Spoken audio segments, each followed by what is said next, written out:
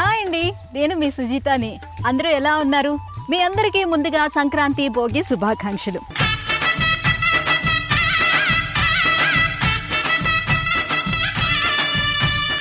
సంక్రాంతి వచ్చిందంటే అందరిలోని ఫుల్ జోష్ వచ్చేస్తుంది కదా. నాకైతే అంతేనండి. ఎందుకంటే సంక్రాంతి రాగానే అమ్మమ్మ వాళ్ళ ఇంటికి వెళ్ళిపోతాం. అలాగే ఇలాంటి పచ్చని పైర్లలో తిరగచ్చు అండ్ చుట్టాలని కలవచ్చు. అంతకన్నా ఇంపార్టెంట్, మా అమ్మమ్మ చేతి వంటని రుచి చూడొచ్చు. మా అమ్మమ్మ అప్పుడప్పుడు అంటూ ఉంటుందండి, మా కాలంలో ఎంత మంచి ఫుడ్ తినేవాళ్ళం, ఎంత ఆరోగ్యకరంగా ఉండేవాళ్ళం, మీకు ఆ అదృష్టమే లేదా అనేది. నిజమే కదండి. కానీ కాలచక్రం ఎంత విచిత్రమైనది. మనం ఎక్కడైతే లైఫ్ స్టైల్ని స్టార్ట్ చేసామో అదే లైఫ్ స్టైల్కి మళ్ళీ తిరిగి వచ్చేసాం.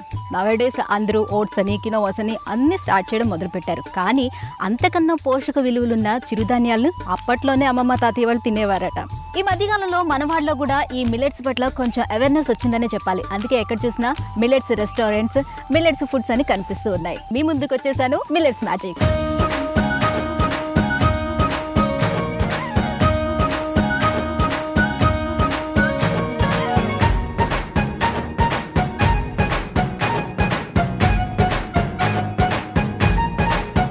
కదండి, ఇదే చిరుధాన్యాల వంటకాలను మీకు పరిచయం చేసే వేదిక. సోమవారం, మంగళవారం, బుధవారం మీ ముందుకు వచ్చేస్తుంది మిల్లెట్స్ మ్యాజిక్.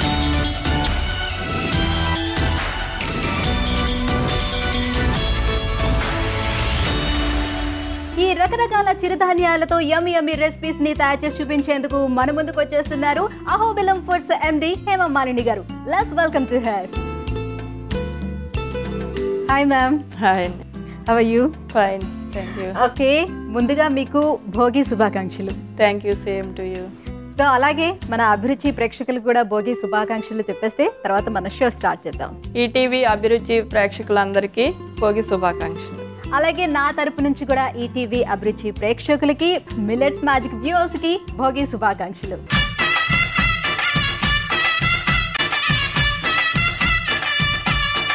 మ్యామ్, అయితే ఈరోజు భోగి కాబట్టి మరి భోగి సందర్భంగా ఈ చిరుధాన్యాలతో ఎలాంటి రెసిపీస్ ని తయారు చేసి చూపించబోతున్నారు? మనం మిల్లెట్స్తో అంటే సామలతో ఖర్జూరం వేసి పాయసం, సామలతోటి పులిహోర. సామలతో పండకి పాయసం చేసుకుంటాము, పులిహోర చేసుకుంటాము, రైస్తో చేసుకుంటారు అందరూ. కాకపోతే మనం ఈరోజు చిరుధాన్యాలతో అయ్యే సేమ్ ఐటమ్స్ ఎట్లా చేసుకోవాలి.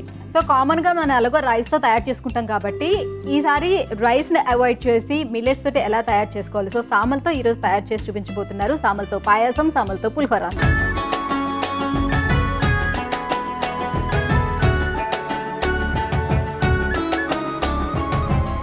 సో ఫస్ట్ ఏ తీసుకుంటున్నారు రెసిపీ? పాయసం. సో సామలు అలాగే ఖర్జూరం పాయసం కదా. మరి సామలు ఖర్జూరం పాయసానికి కావాల్సిన పదార్థాలు ఏంటి? సామలు 100 గ్రామ్స్, జీడిపప్పు 25 గ్రామ్స్, కిస్మిస్ 25 గ్రామ్స్, ఖర్జూరం 100 గ్రామ్స్, ఇలాచి 10 గ్రామ్స్, నెయ్యి 10 గ్రామ్స్, పాలు 100 ml, బెల్లం 1/2 కిలో. సామల ఖర్జూర పాయసానికి కావాల్సిన పదార్థాలు ఏంటో చూసాం కదా. సో ఇంకా ఎలా తయారు చేసుకోవాలో కూడా చూసేద్దాం. మ్యామ్, ఫస్ట్ ఏం చేసుకోవాలి? సామల్ని 4-5 గంటలు నానబెట్టుకోవాలండి. ఫస్ట్ నానబెట్టుకొని మనం స్టవ్ మీద పెట్టుకొని ఉడికించుకోవాలి. సో మనం ఆల్రెడీ 4-5 గంటలు నానబెట్టేసుకున్నాం. దీన్ని నానబెట్టి 1కి 2 వంతులు వాటర్ వేసుకుని ఉడకబెట్టాలి. 1కి 2 వంతులు అంటే 1 కప్పు సామలు తీసుకుంటే 2 కప్పులు వాటర్ పోసుకోవాలి. ఓకే, సో ఫస్ట్ స్టార్ట్ చేసుకుందాం.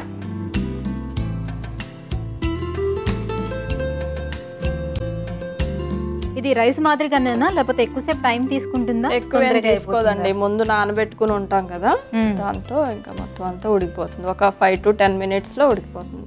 ఓకే, సో ఈ లోపు మనం తయారు చేసుకోవాల్సిన ప్రాసెస్ ఏమైనా ఉందా? ఇంకేమైనా తయారు చేసుకోవచ్చా ఇది ఉడికేలోపు? ఇది ఉడికేలోపు అంటే మనం దీన్ని వేడి చేసుకుని నెయ్యి వేసుకుని కొంచెం జీడిపప్పు, కిస్మిస్ వేపుకుని పక్కన పెట్టు.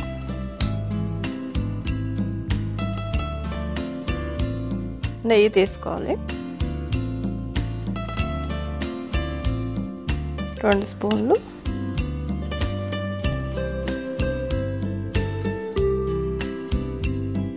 దాంట్లో కొంచెం జీడిపప్పు, కావాల్సినంత జీడిపప్పు, కిస్మిస్. డ్రై ఫ్రూట్స్ ఎక్కువ తినేవాళ్ళు కావాలంటే ఎక్కువ కూడా వేసుకోవచ్చు. సో డ్రై ఫ్రూట్స్ ఇట్లా నేతిలో వేసి వేయించి పక్కన పెట్టేసుకుంటాం. కొంచెం దోరగా. ఇవన్నీ ఇప్పుడే వేసుకోం కదా, ఇప్పుడు వేసుకోం, లాస్ట్లో ఫైనల్. ఓకే. ఏంటి ఈ సామల వల్ల ఏంటి ఉపయోగం అసలు? సామల వల్ల అంటే చిరుధాన్యాల్లో ఫైబర్ ఎక్కువ ఉంటుందండి, పీచు పదార్థం.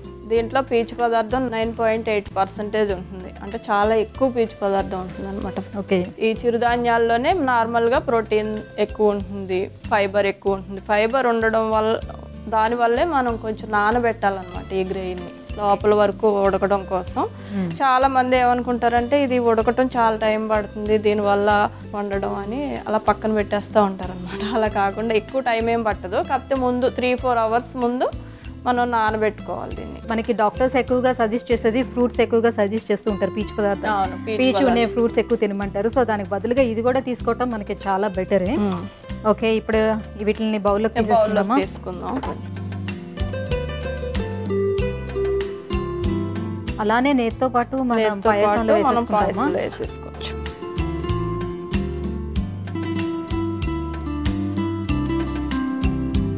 చాలా మంది ఇది ఎలా వండుకోవటం ఎలాగో తెలియకపోవడం వల్ల ఈ చిరుధాన్యాలు వాడలేదు చాలా రోజుల నుంచి.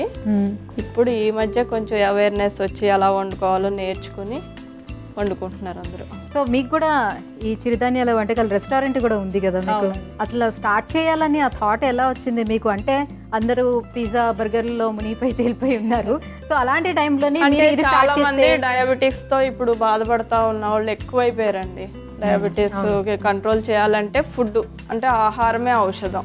మనం తీసుకునే ఆహారంలోనే మనకి కావాల్సిన శరీరానికి కావాల్సిన పోషక పదార్థాలు ఇవన్నీ ఉండాలనే ఉద్దేశంతో నేను ఆయుర్వేదం కొంచెం క్లాసెస్ అయి నేర్చుకున్నాను అనమాట. దాంట్లో ఆహారం గురించి తెలుసుకుని ఇంకా దీన్ని స్టార్ట్ చేయటం జరిగింది. ఎప్పుడు స్టార్ట్ చేశారు? ఇది స్టార్ట్ చేయటం 2013 అండి, 5 years అయింది.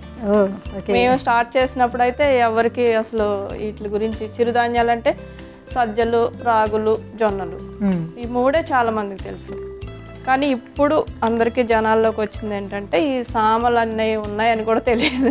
కొర్రలు, సామలు, ఓదలు వీటి గురించి తెలుసుకోవటం, వాడటం కూడా ఇప్పుడు బాగా జరుగుతుంది. ఓకే. సో ఇప్పుడు అంటే మనం అన్ని స్టీల్ గిన్నెలు ఇవే యూజ్ చేస్తున్నాం, సిల్వర్ లైక్ స్టీల్. అవునండి. కానీ పూర్వం అంతా ఇత్తడి లేదంటే రాగి. అంటే ఇప్పుడు ఆహారంలో ఉన్న ఔషధం ఎంత ఇంపార్టెంటో అది వండే విధానం కూడా అంతే ఇంపార్టెంట్ అనమాట. అంటే ఫస్ట్ అయితే కుండలో వండాలి. కుండలో వండితే 100% దాంట్లో ఉన్న పోషక విలువలన్నీ కూడా దానిలోనే ఉంటాయి. దాని తర్వాత నెక్స్ట్ ఇత్తడి వాడటం వల్ల 80% వరకు మనకు ఉంటాయని చెప్పొచ్చు. మిగతా వాటిలో ఉండవు. ఓకే, స్టీల్ సిల్వర్ అవన్నీ. Okay. So old is gold అన్నట్టు మళ్ళీ ఇప్పుడు ఆ పాత పద్ధతులే వస్తున్నాయి. అందరూ కూడా ఇప్పుడు మళ్ళీ మట్టితో తయారు చేసిన పార్ట్స్ తోటే వండుకుంటున్నారు. మళ్ళీ పాలు వేసి కొంచెం మెత్తగా అయ్యేటట్టు ఉడకబెట్టుకోవాలి.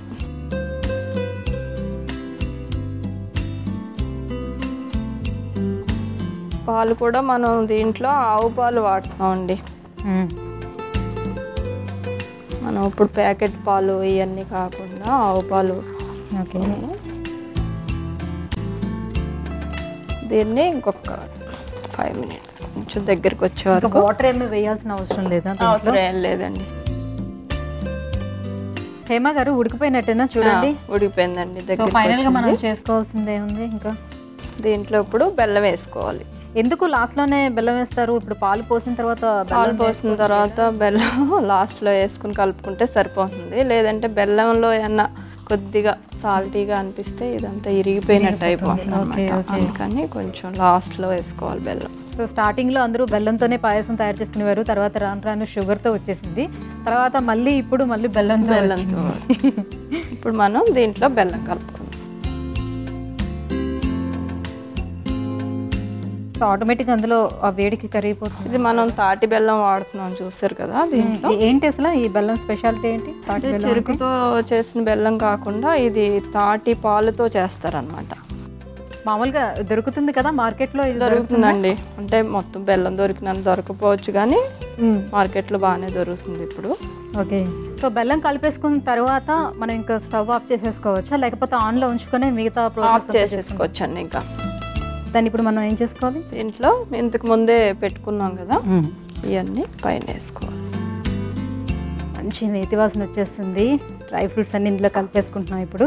ఇప్పుడు మనం ఖర్జూరం అంటే ఎక్కువ సరిపడా ఖర్జూరం, ఇంకా వేరే డ్రై ఫ్రూట్స్ కూడా వేసుకోవచ్చు. ఓకే. ఫ్రూట్స్ అంటే దానిమ్మ గింజలు వేసుకోవచ్చు, మనం బనానా కొంచెం చిన్న చిన్న పీసెస్ కింద వేసుకుంటే కూడా చాలా టేస్ట్ ఉంటుంది. ఇది ఖర్జూరం. చాలా కలర్ఫుల్గా కూడా వచ్చేసింది. సామల ఖర్జూర పాయసం కాబట్టి ఖర్జూరం ఎక్కువ వేసుకున్నాం. అంతా మిక్స్ చేసిన తర్వాత మనం ఇలాచీ పొడి,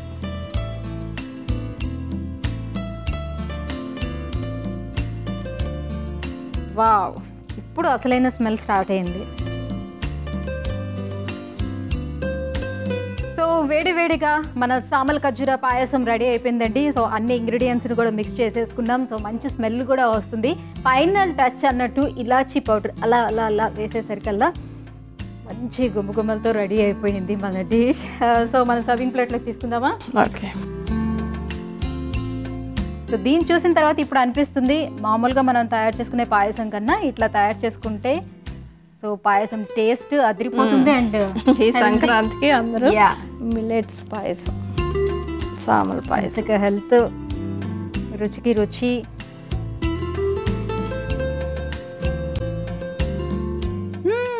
గుమ్మగుమ్మలాడే వేడి వేడి సామల ఖర్జూర పాయసం రెడీ.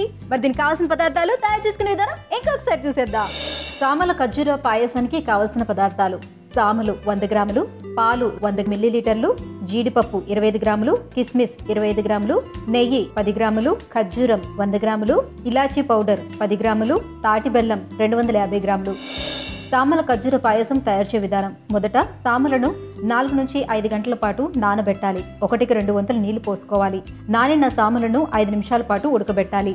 అందులో పాలు పోసుకొని మెత్తగా ఉడకనివ్వాలి. దించే ముందు బెల్లం కలిపి స్టవ్ ఆఫ్ చేసి పక్కన పెట్టుకోవాలి. ఆ తర్వాత మరో ప్యాన్ తీసుకొని అందులో నెయ్యి వేసి జీడిపప్పు, కిస్మిస్ వేసుకొని పాయసంలో మిక్స్ చేసుకోవాలి. అందులో కొంచెం ఖర్జూరం, ఇలాచీ పౌడర్ వేసి మిక్స్ చేసుకుంటే వేడివేడిగా సామల ఖర్జూర పాయసం రెడీ.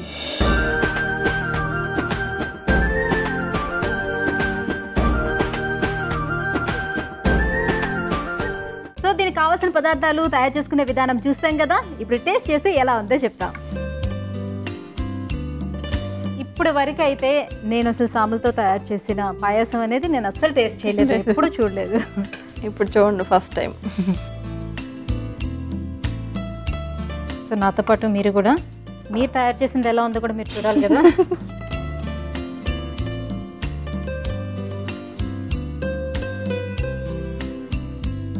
చూడటానికైతే మామూలుగా మనం రైస్తో తయారు చేసుకునే పాయసంలానే కనిపిస్తుంది. రుచి ఎలా ఉందో చూద్దాం.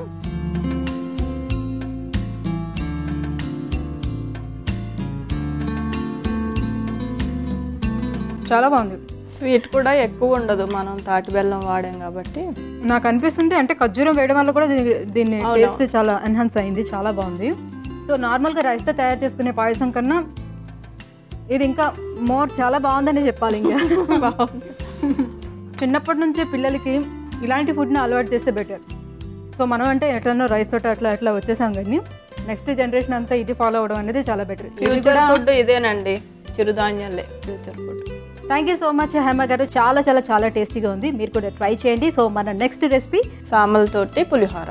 ఓకే, సో నెక్స్ట్ పులిహోర కూడా మనం తయారు చేసుకోబోతున్నాం. మరి దానికి కావాల్సిన ఇంగ్రీడియంట్స్ ఏంటో కూడా చూసేద్దాం. సామలు 100 గ్రామ్స్, శనగపప్పు 10 గ్రామ్స్, పల్లీలు 10 గ్రామ్స్, కొద్దిగా ఆవాలు, ఆవు పొడి తగినంత, ఉప్పు తగినంత, అల్లం ముక్కలు, చింతపండు గొజ్జు 20 గ్రామ్స్, ఎండుమిర్చి, పచ్చిమిర్చి, కరివేపాకు, మినపగుళ్ళు 10 గ్రామ్స్, పసుపు తగినంత, కొత్తిమీర, ఆయిల్, కొద్దిగా ఇంగువ. సో ఫస్ట్ ఏం చేయాలి? సామల్ని 4-5 గంటలు నానబెట్టుకోవాలి. సేమ్ ఏదైనా కూడా చిరుధాన్యాలు ఏది వండాలనుకున్నా ఒక 4-5 గంటల ముందు నానబెట్టుకుని ఉంచుకుని అప్పుడు ఉడకబెట్టుకోవాలి. సో 1 కప్పు సామలు తీసుకుంటే 2 కప్పులు వాటర్ వేసుకొని నానబెట్టుకుని మనం ఓకే, తర్వాత మళ్ళీ ఉడకబెట్టుకోవడమేనా? ఓకే.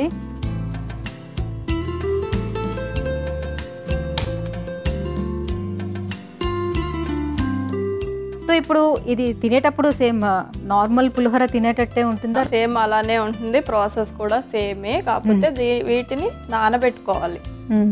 4-5 గంటలు నానబెట్టుకుని ఉడకబెట్టుకుని సేమ్ రైస్ లాగే పక్కన పెట్టుకొని పులిహోర కలుపుకోవాలన్నమాట. ఓకే. ఇప్పుడు పులిహోర తాలింపు మనం ఇది ఉడికిన తర్వాత కదా నెక్స్ట్ అది ప్రాసెస్. ఉడుకుతూ ఉంటుంది, మనం తాలింపు పెట్టుకోవచ్చు పక్కనే. మా ఊరు వెళ్తే అసలు మా అమ్మమ్మ వాళ్ళు కూడా వాళ్ళకి అవైలబుల్ ఉంటాయి ఎట్లనో. సో వాళ్ళు అదే తింటారు కాబట్టి ఆమె ఎప్పుడూ అంటూ ఉంటుంది, నిజంగా మేము తినే ఆహారమే వేరు, మేము ఉండే ఆరోగ్యమే వేరు. సో ఇంత స్టిల్ ఈ ఏజ్లో కూడా మాకు మేముగా కష్టపడి పనిచేసుకోగలుగుతున్నాం అంటే ఇదే బికాస్ ఆఫ్ ద రీజన్ అని చెప్తుంటారు. ఇప్పుడు కూడా ఈ తినడం మొదలు పెట్టిన తర్వాత మనకు రైస్ నచ్చదు, ఇంకా ఓకే టేస్ట్ డిఫరెన్స్ వస్తుంది, తొందరగా డైజెషన్ అయిపోయి దాంట్లో కార్బోహైడ్రేట్స్ డైరెక్ట్గా బ్లడ్లోకి వచ్చేస్తాయి. ఇది అలా కాదు, స్లోగా రిలీజ్ అవుతూ ఉంటుంది. ఫైబర్ కంటెంట్ ఎక్కువ ఉండడం వల్ల మనకి బాడీకి ఎంత అవసరం అంతే రిలీజ్ చేస్తాయి. చిరుధాన్యాల్లో ఉన్న స్పెషాలిటీ ఏంటంటే అది. మేడం చూడండి బాగా బాగా డ్రై అయిపోయింది కదా ఫుల్గా వాటర్. దగ్గరికి వచ్చిన తర్వాత ఇంకా స్టవ్ ఆఫ్ చేసేయండి, సరిపోతుందండి. సరిపోతుంది. సో మామూలుగా మనం 1:2 రేషియోలోని వాటర్ వేసుకొని పెట్టుకుంటాం కాబట్టి పూర్తిగా వాటర్ డ్రై అయిపోయేంత వరకు ఇట్లా తయారు చేసుకోవాలి. సో ఇంకొంచెం వాటర్ ఎక్కువైనా కూడా బాగా మెత్తగా అయిపోతుంది. పులిహోరకి కొంచెం బాగుండాలి, పొడి పొడిగా ఉన్నట్టుగానే ఉండాలి. సో ఇది రెడీ అయిపోయింది కాబట్టి వాట్ నెక్స్ట్? తర్వాత మనం పులిహోర తాలింపు పెట్టుకోవాలి. ఓకే, స్టవ్ ఆన్ చేస్తారా? స్టవ్ ఆన్ చేస్తాను.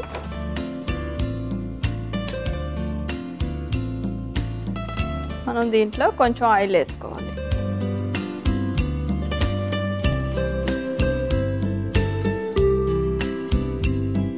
సో ఆయిల్ కూడా సరిపడినంత మనం ఏదైతే తాలింపు వేసుకుంటామో సో అవన్నీ ఆ ఇంగ్రీడియంట్స్ అంతా కలిసేంత వరకు ఆయిల్. మనం తీసుకున్నది 100 గ్రామ్సే కాబట్టి ఒక్కొక్క స్పూను తాలింపు అయితే సరిపోతుంది. శనగపప్పు తర్వాత కొద్దిగా మినపప్పు, అలాగే పల్లీలు, ఇవన్నీ ఒక్కొక్క స్పూన్ వేసుకుంటే సరిపోతుంది. కొద్దిగా ఆవాలు, కొంచెం ఆవాలు వేసుకుని తర్వాత మనం ఆవ పొడి చల్లుకుందాం. ఆవ పొడి కూడా వాడాలి, టేస్ట్ కూడా వాడాలి. ఇవి ముందు ఇవన్నీ కొంచెం వేగే వరకు. చింతపండు పులుసు కాకుండా ఇప్పుడు నిమ్మకాయలు కూడా వాడుతుంటారు కదా, అలా కూడా టేస్ట్ బాగుంటుంది, అలా కూడా చేసుకోవచ్చు. సో సామలతో ఇంకా ఏం తయారు చేసుకోవచ్చు? సామలతో కరివేపాకు రైస్ చేసుకోవచ్చు, సాంబార్ రైస్ చేసుకోవచ్చు, టమాటా బాత్ చేసుకోవచ్చు. సో మన రైస్ ఐటమ్స్ ఏవైతే తయారు చేసుకుంటామో అవన్నీ కూడా సామలతో చేసేసుకోవచ్చు. కొంచెం పచ్చిమిర్చి వేస్తున్నాను. ఇది మనకి కారాన్ని బట్టి కొంచెం ఎక్కువ తక్కువ వేసుకోవచ్చు. కొద్దిగా ఎండుమిర్చి బాగా కనిపిస్తాయి కదా ఇవి.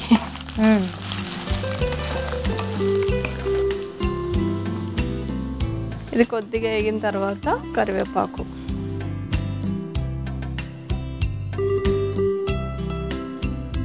కొత్తిమీర,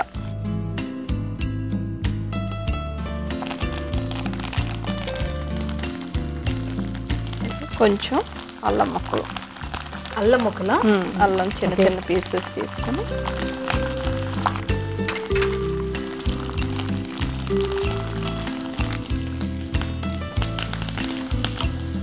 దీంట్లో కొంచెం పసుపు వేసుకోవాలి. అలాగే మనం పులిహోరకి రైస్లో ఎలా వేసుకుంటామో దాంట్లో కూడా పసుపు వేసుకుని మిక్స్ చేసుకోవాలి. కొంచెం వేస్తాను దీంట్లో వేడిగా ఉన్నప్పుడే. సో అందులో కాకుండా ఇందులో కూడా కొద్దిగా పసుపు వేసుకుని. ఓకే. సో మామూలుగా ఆయిల్లో వేగకపోతే పసుపు ఆ స్మెల్ రాదంటారు, తర్వాత మళ్ళీ మనం తినేటప్పుడు లేదండి, ఇది కొంచెం వేడిగా ఉంటుంది కదా రైస్, ఆ వేడి సరిపోతుంది. దీంట్లో చింతపండు పులుసు వేసుకోవాలి. ఇప్పుడు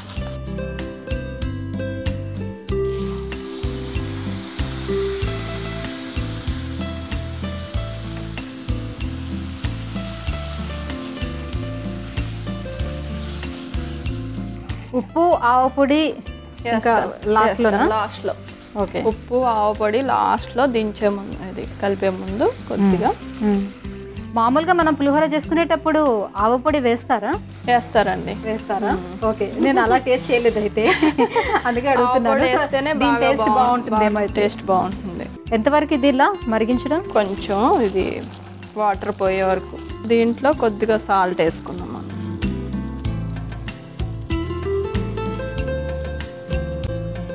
ఇది కూడా సాల్ట్ సైంధవ వేస్తున్నాం మనం.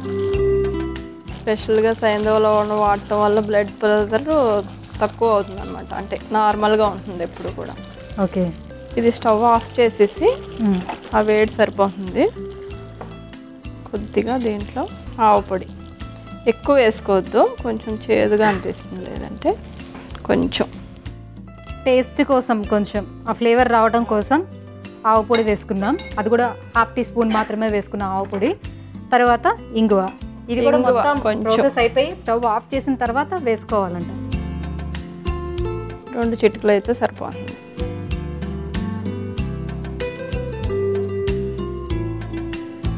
ఈ రైస్లో కలుపుకోవాలి.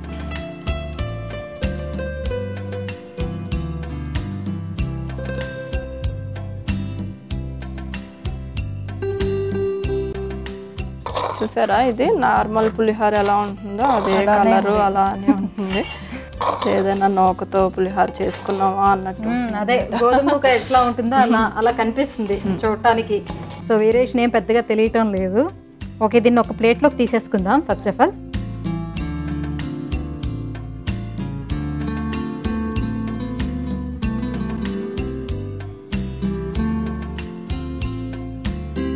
కొంచెం కొత్తిమీరతో గార్నిష్ చేద్దాం.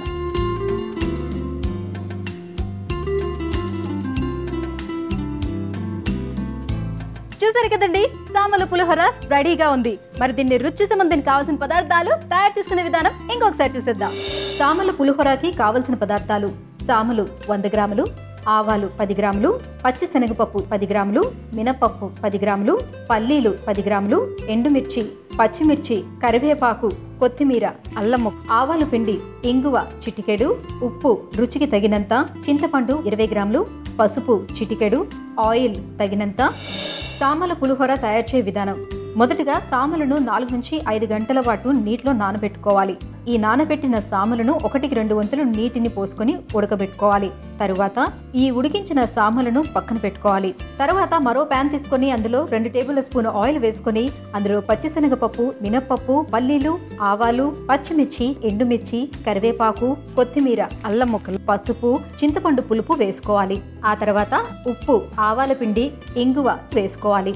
వేయించిన ఈ తాలింపును ఉడికించిన సామనంలో కలుపుకుంటే వేడివేడిగా సామల పులిహోర రెడీ.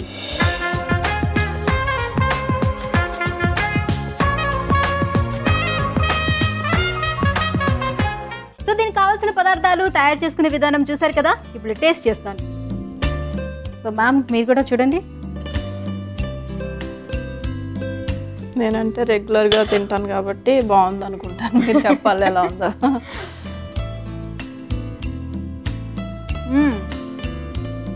పుల్ల పుల్లగా, లిటిల్ బిట్ కారంగా, యాజ్ యూజువల్గా పులిహోరలానే ఉంది. మనం ఎలా అయితే తయారు చేసుకుంటాం రైస్తో అట్లానే ఉంది. సో రైస్ కొంచెం పెద్దదిగా ఉంటుంది కాబట్టి, ఇది చిన్నదిగా ఉంటుంది కాబట్టి చిన్న వేరియేషన్, బట్ చాలా టేస్టీగా ఉంది. అసలు సామలు తినలేరు, చేయలేరు, ఇది కొంచెం కష్టం అనే మాటే అసలు లేదు. అసలు నిజంగా ఎంత బాగుందంటే అంత టేస్టీగా ఉంది. అట్ ద సేమ్ టైం మనం రైస్తో ఏదైతే తయారు చేసుకోగలమో అన్ని రకాల ఐటమ్స్ ఈ సామలతో కూడా తయారు చేసుకోవచ్చు. అండ్ ఇప్పటి నుంచే మనం స్టార్ట్ చేసామంటే, మన పిల్లల దగ్గర నుంచి కూడా స్టార్ట్ చేసామనంటే నెక్స్ట్ మనకి జెస్టేషనల్ డయాబెటీస్, జోనల్ డయాబెటీస్ ఇలాంటి ప్రాబ్లమ్స్ ఏమీ లేకుండా అందరూ చాలా హెల్తీగా కూడా ఉండొచ్చు.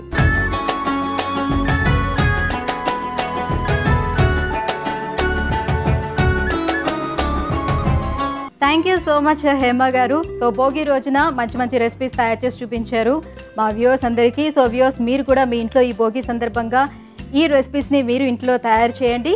సో మరొకసారి వ్యూవర్స్ అందరికీ భోగి శుభాకాంక్షలు.